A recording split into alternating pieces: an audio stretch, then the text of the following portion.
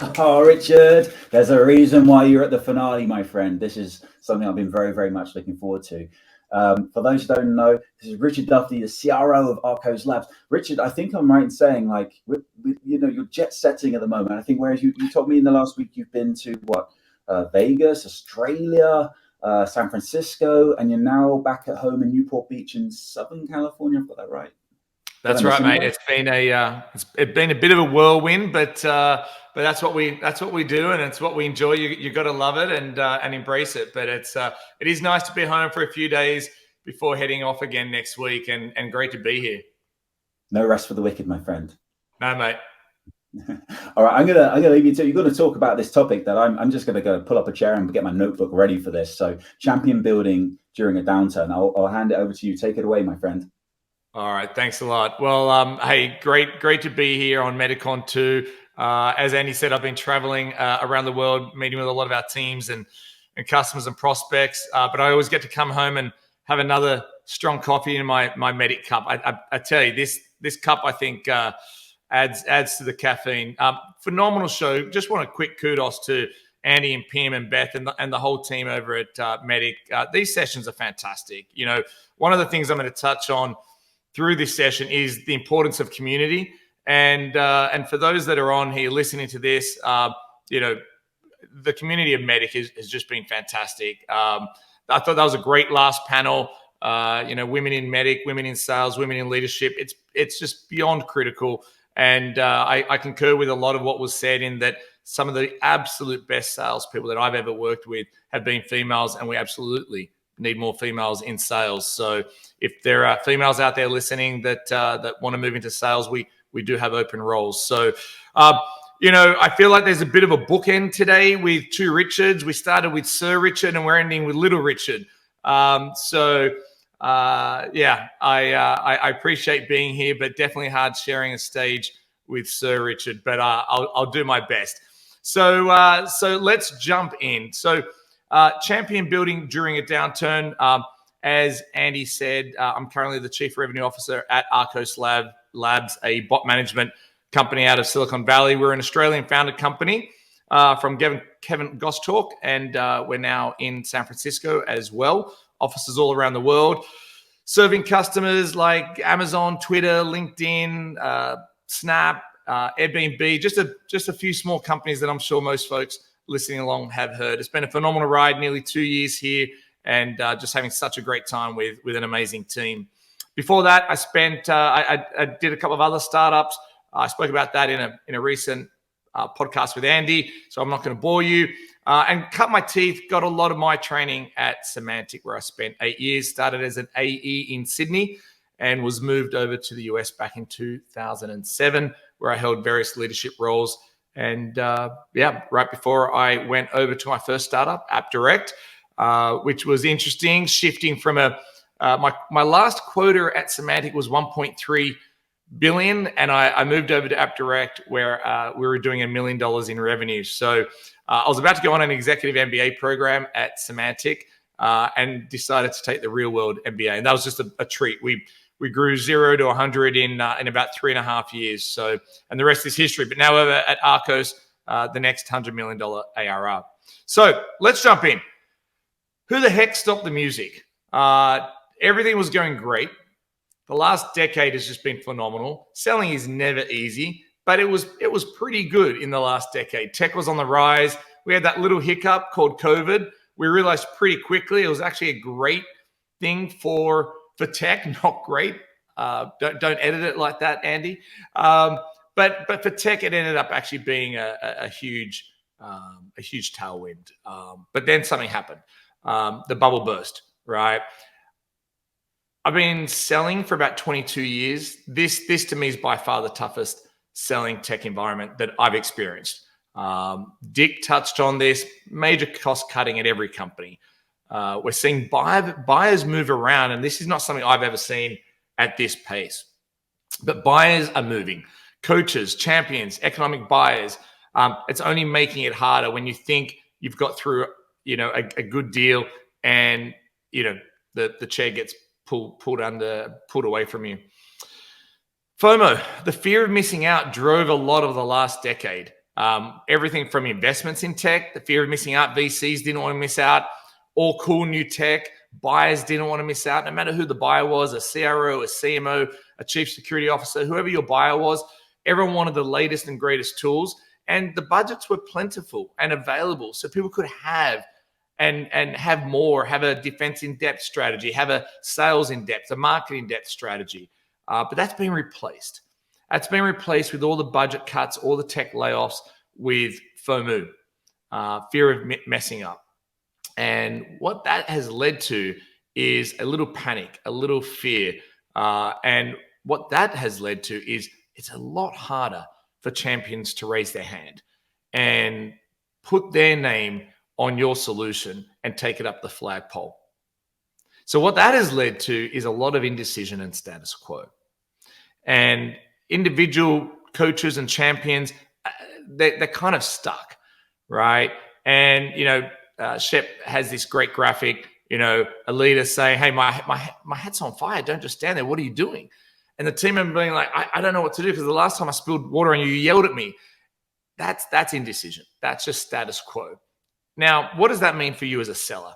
Look, the data backs it all up, okay? So this time last year, pipeline dropped 47% quarter on quarter, and it hasn't recovered since. This is across the industry. This is from Ebasta and Pavilion, who analyzed millions of sales calls and data. This isn't Arkose. This isn't one or two companies. This is millions of sales interactions. Average deal value dropped 32%, and win rates decreased. From what I'm hearing anecdotally from some councils that I'm a member of, that win rate has actually reduced even more dramatically. Now, I got excited because I saw some good news here. I saw a plus finally. So 32% increase. I got excited. Things are turning around. And then I realized that was actually our sales cycles getting longer. So not a good thing at all. I shouldn't laugh. But it's better than crying, right? Only to make matters worse, the number of people involved in a deal is getting bigger by 33%. It's both on the customer side or the prospect side and on your side. And you've seen this today. Finance is getting more involved, right? Legal's getting more involved. On the buyer side, there are more stakeholders. There are more detractors. There are more people to get involved, but 33%. And that's leading to that increased sales cycle length as well. So don't despair, though. There are still real problems out there. We know that. We're all seeing them every day. There are needs that need to be solved, and companies are still buying. We're seeing that ourselves here at Arkose.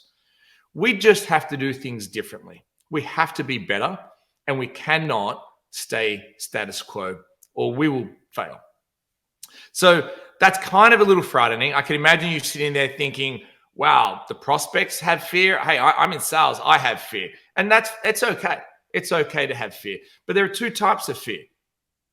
Fear stands for two things. One, forget everything and run. And that's what a lot of people are doing right now, right? That's burying your head in the sand, doing things the same way you've always done them. Or you can face everything and rise.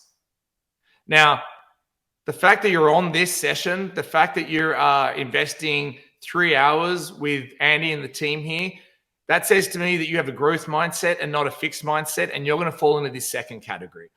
You're going to say, how do I get better? What are the things I can do? And I've been watching the chat since the beginning, and just phenomenal questions.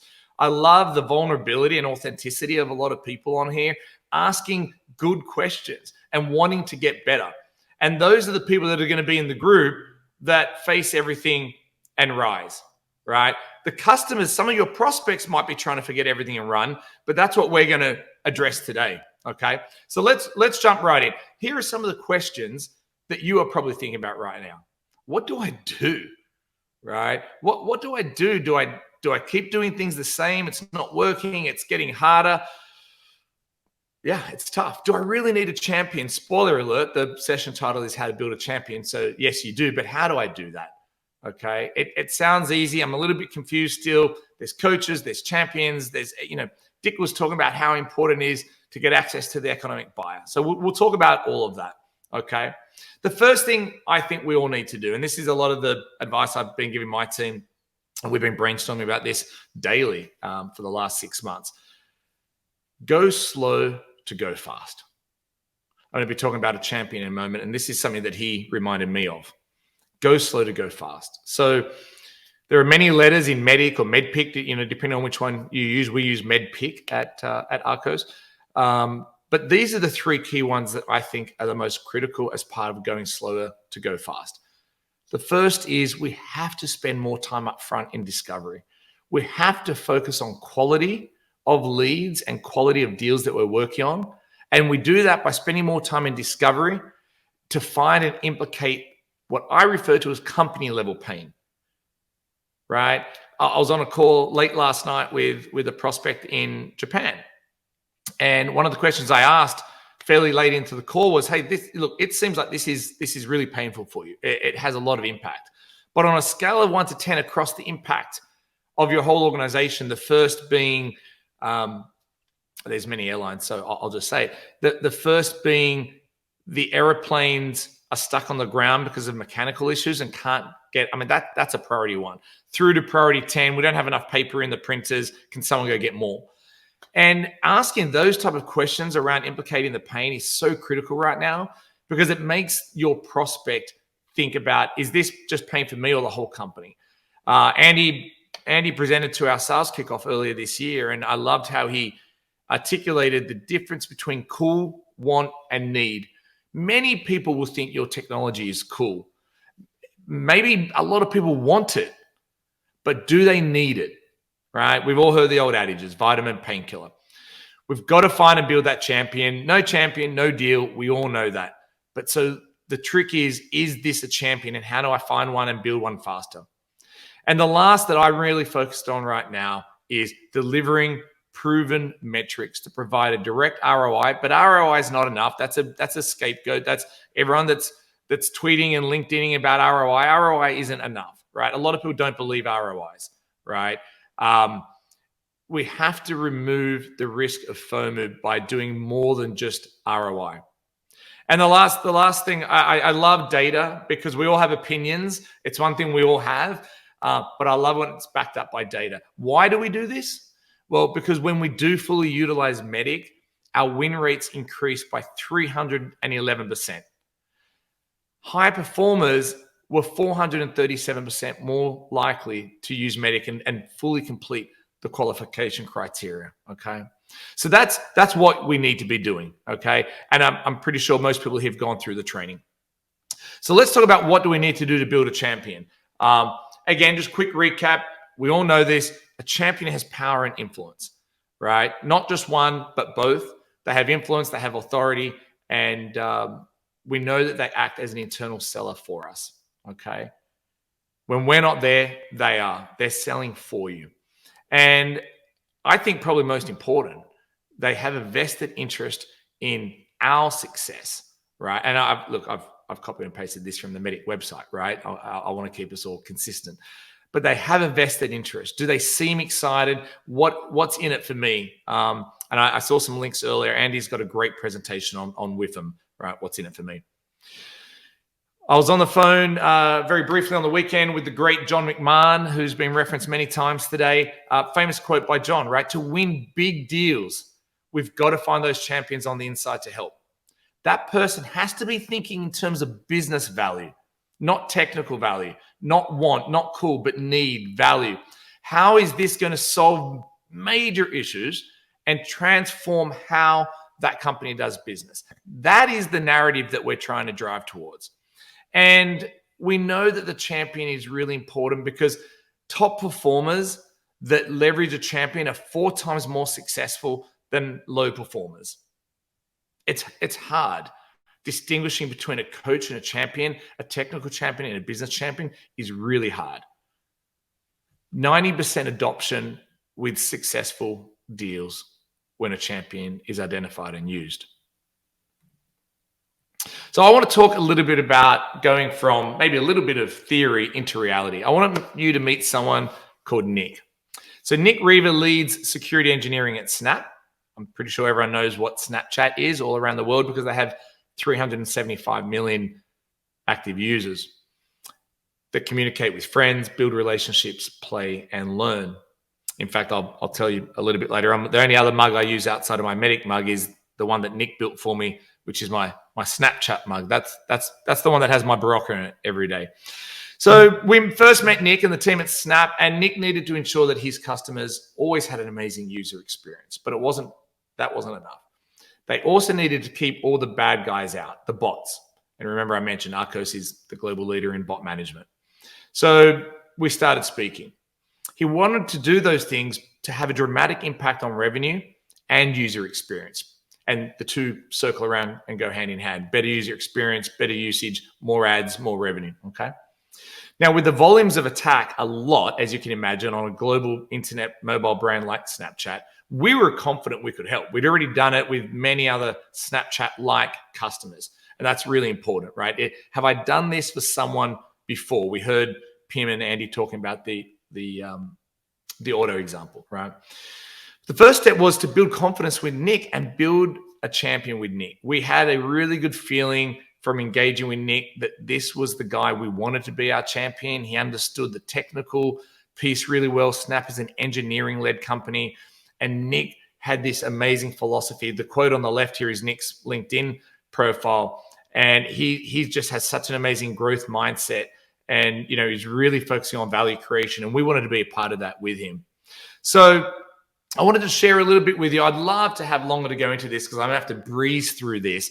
But maybe Andy, we can I can record a longer version of this and we can post it. But what the journey looked like. As I go through this, on paper, this looks really easy. And candidly, the process itself is easy. Once you see this map, it's like a tube station map in London, right? It's pretty easy to follow along.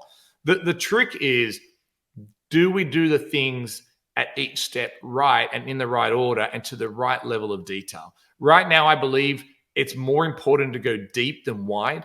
I would be focusing on less prospects than more, because right now, if you don't have the bandwidth and time to go into every one of these details in detail, I don't think that results in a great outcome for you.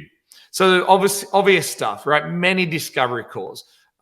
We have a goal here where the customer speaks at least 60% of the time. We use a call recording tool to do that. We track that. We work with our teams to make sure we're doing more listening. We want to listen to understand so that we can then customize things like demos to their workflow using their language.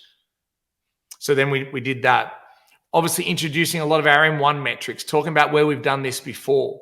Early on, building that credibility really early on, not talking about our product, the tech, the features so much, but here is the pain that we've seen before that maps to this.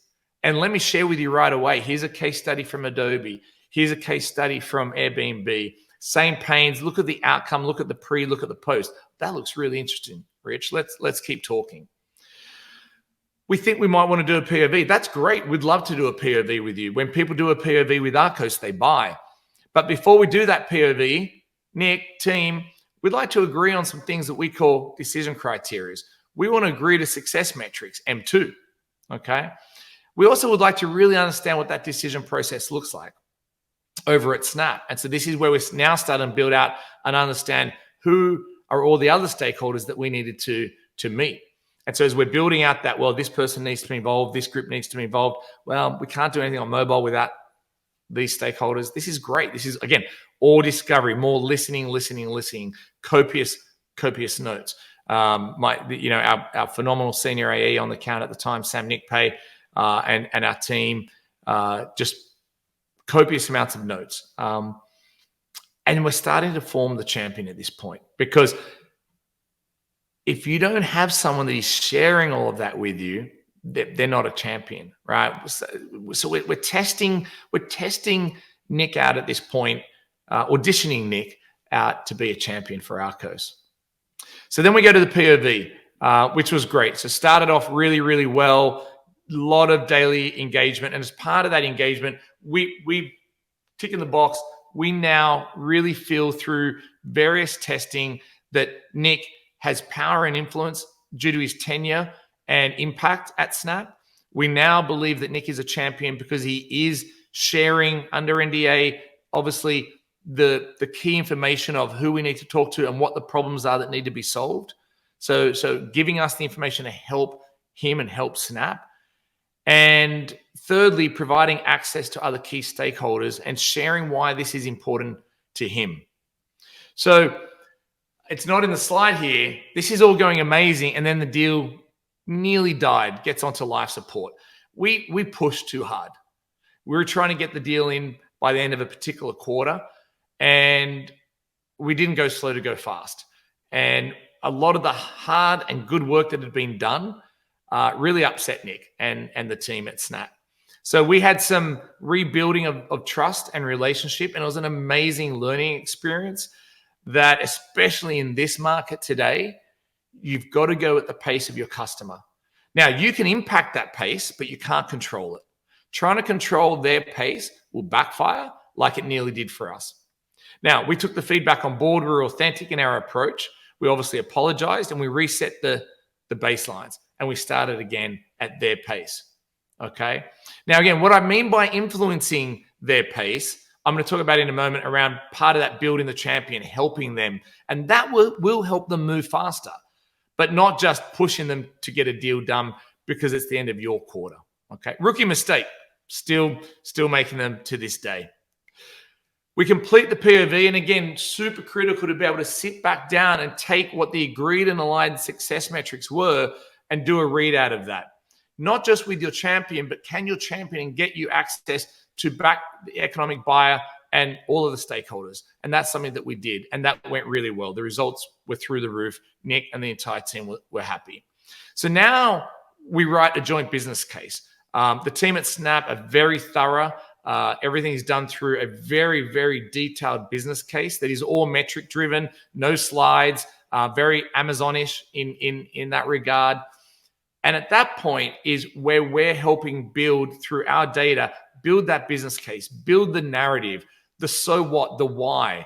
And that was really critical. And then presenting that, and that presentation of that business case had to cover two key areas. It had to cover the technical value and the business value, and tying that all to an ROI. I'm going to go fairly fast here because I know I'm running out of time. Obviously, then we went through the negotiations. We closed the deal, popped the champagne, and we went live. And we now have an M3. So I sat down with Nick in preparation for this presentation, and I kind of went back and I said, hey, it'd be great to understand from you, what's your coaching? As you think about being our champion, and one of the things we did through the process, I explained to Nick that, Nick, you're our champion, and here's what that means. Are we right thinking that this is important to you, that you're our champion? And he agreed. So he shared three things. The first, major spending is being scrutinized, hyper scrutinized. And this feedback is from 3 days ago, not from when we did the deal. The economic buyer has shifted, Richard. It's the CFO. We're a public company. Everything is going to the CFO. So now you really have to help me sell to the CFO. The second thing we have to do is we've got to drive towards those desired outcomes for us as the champion. But to do that, you need to hyper optimize the metrics and help provide those to me to show how this is going to improve, and from how we've been doing it to how we're going to do it. And lastly, and this one was actually really great for me to hear, because he actually highlighted something to me that I wasn't even aware of, which is I've been bucketing solutions, whether it's ours or yours or anyone else's, into two buckets, need or want. And what he helped me understand was double down, really focus on identifying what part of your solution is a need versus a want. And that was really interesting to get the feedback that your solution can be a need and a want. So there are aspects of our technology that were a want, but our managed services, our 24/7 SOC capabilities were a need because they didn't have the people aspect of that. So that's something to think about as well. So huge shout out and thanks. I'm seeing a question around M3. I think it's being answered. I love the concept of M3, and that's how I think we tie MEDDIC between sales and customer success as well. So to wrap things up, what are some of the things I think that we need to do? There are a million things, but if I have to prioritize those, one of the first things very early on, is try to find a champion before you start selling. So before you enter the process, the easiest way to find a champion is by asking one of your current customers. For example, we sell to CISOs and heads of engineering, heads of product, asking some of our existing customers, hey, you seem to be really happy with the platform. We're providing a ton of value. Do you have any friends or contacts in the industry that you think would get value from this? That introduction is 100x better than any other lead that you can get. Because generally they're going to introduce you to someone at the same peer level who's now a potential champion because they've heard it from a trusted source in the community. Okay. So now you've maybe short-circuited how you find that champion. I touched on this as part of that journey, right? We've got to help create that executive narrative. And we do that by marrying their technical skill set. Your buyer knows their pain. Your champion knows the technical pain better than you do. But we've got to help them take that and build a business narrative. So as they go up the line to economic buyer and CFO, and this ties back into Dick's presentation this morning, where it's big eyes, right? We're now focusing on major business transformation and outcome. We have to help them speak to the CFO. We have to be metric driven. So making sure that you are giving them that material. What's the impact of the business? Right now, if it's not revenue or cost, I think you're going to struggle. Brand reputation, risk and compliance, yes, depending on the vertical. But I would really want to hope that I can impact revenue or impact cost. And you're going to do that through your M1 and M2 metrics. So really making sure that you have relevant verticalized use case, similar use case, M1 and M2 metrics. And as I've touched on, FOMO is out. No one has a fear of missing out. Everyone just has a fear of messing up right now. It's survival mode. Leverage all of your resources to reduce FOMO. Here are some of the quick examples. If you have a professional services organization, how can you provide services and capabilities? We have a new CFO at Arkose who's great, and he's willing to help our prospects and customers be successful by including professional services as part of the proposal. Doesn't mean you have to give it away. You can structure the deal where it's a win-win. Warranties. Can you warrant anything of what you're saying? We have $1 million warranty at Arkose now, for example, that we will stop the attacks. If we don't, we will give you $1 million. Relationships. Again, that ties back to if you have that early relationship, that introduction, how can you leverage that? Remove that FOMO because a trusted friend of theirs has already said, now, look, we've used Arkose before, man. It's fantastic. Okay, great. Well, okay, now I know someone, right? And when they're meeting their executive stakeholder, hey, look, I already spoke to so-and-so at so-and-so, okay? Start small. I think right now, land with a plan to expand, right? Really, really critical to do that. The $1 million deals are still out there, but not for everybody, right? It might be easier to start a little smaller, go slow, move fast, okay? Bring your experts to the table. Bring your legal team in early. Bring your finance team in early to have the conversations, to be as compromising as possible early on to help your champion. And lastly, if you can, if your solution allows for it, proof of values. They're going to help you every time, okay?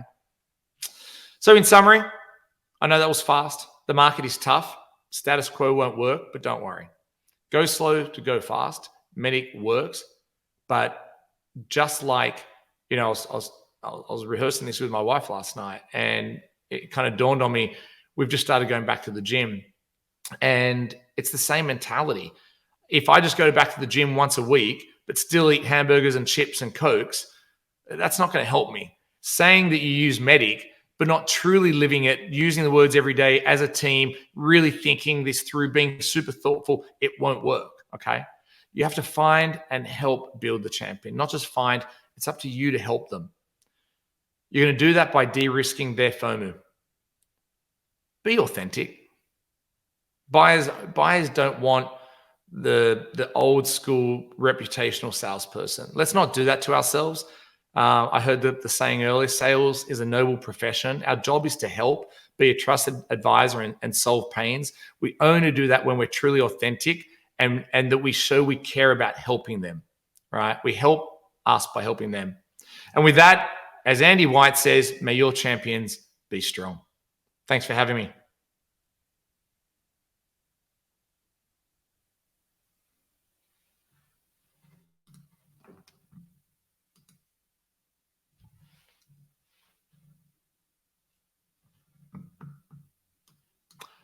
I can't hear you, Andy. Oh. okay, good. It's not just me. Bad, but It wouldn't be MEDDICON if there wasn't a technical issue. Can you hear me now? I can. Oh, all right. So I just gave everyone, I just told everyone the winning lottery numbers for this weekend. But if you didn't hear them, sorry, I'm not going to get to know them. What I said, thank you for everyone hanging on there. What I said was that that I want to share this chat with you after the event, because all you've had is some incredible feedback. Everyone's been loving what you're saying, and when you offered to do more, I think people jump to that. So Right. you're an absolute legend. Thank you so much for this, and you're a great partner and a great friend. I really do appreciate it. Mate, the feeling is absolutely mutual. Thanks for everything you're doing for all of us over there at MEDDIC. Thank you very much, sir. Right, it's now just time to do the final wrap up. So hold on, literally only a minute more of your time. We just want to say goodbye and thank you to everyone. So we'll see you in just a second.